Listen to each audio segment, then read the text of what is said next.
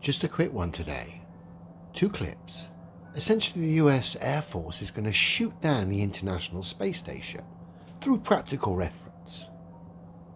First clip is a little short clip discussing the suit the pilots of the U-2 spy plane wear. Second clip is a NASA astronaut absolutely annihilating the International Space Station off the back of this practical reference. So let's have a look at the first clip. If by instance they were flying at the altitudes that they fly at and they were to open their helmet up to like scratch their nose, if at that instant they were to lose cabin pressure, the blood in their body would instantaneously boil and be instantaneous death. So we have... Yeah, that wouldn't be a good day at the office. So essentially they fly. Service ceiling height for the U-2 spy plane is approximately 70,000 feet. Plane flies just over 400 miles an hour, okay? Just to give you some idea of the circumstances. And if the plane was to lose cabin pressure, as the pilot had had his visor up, scratching his nose or whatever, his blood would boil instantly. Okay? Let that just sink in.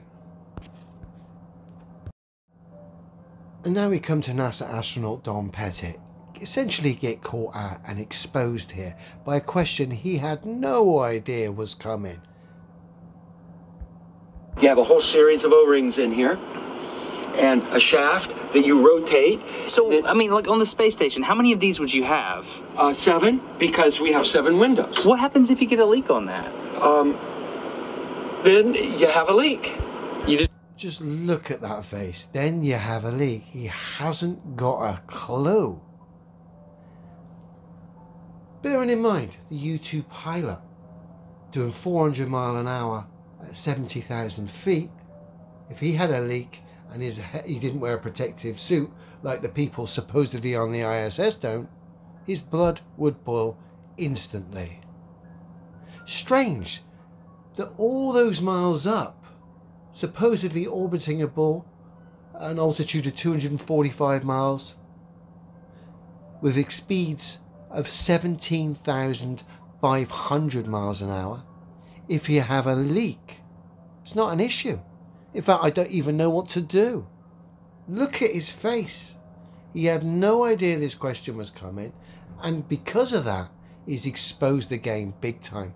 If you were in any situation like that, military, space, you'd have drills drilled into you for every scenario going. It just wouldn't be like, we have a leak.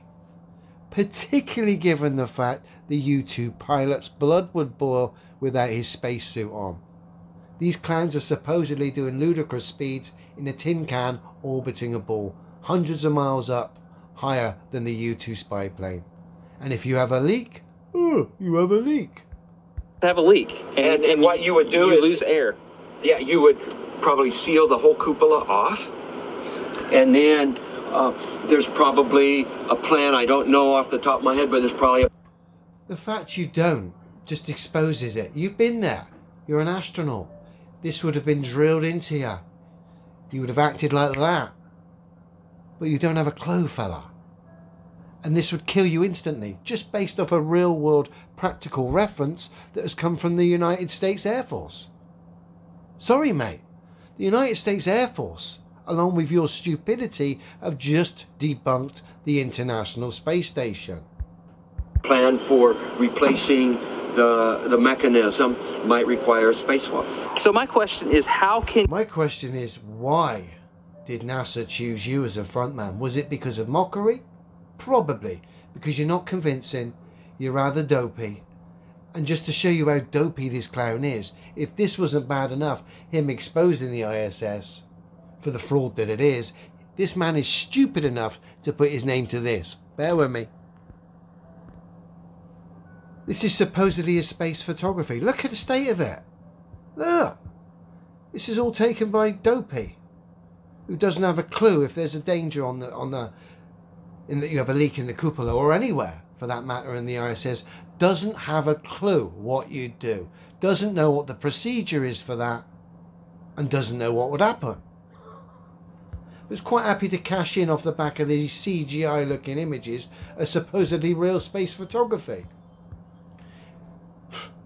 He's obviously stupid putting his name to this. He has to be.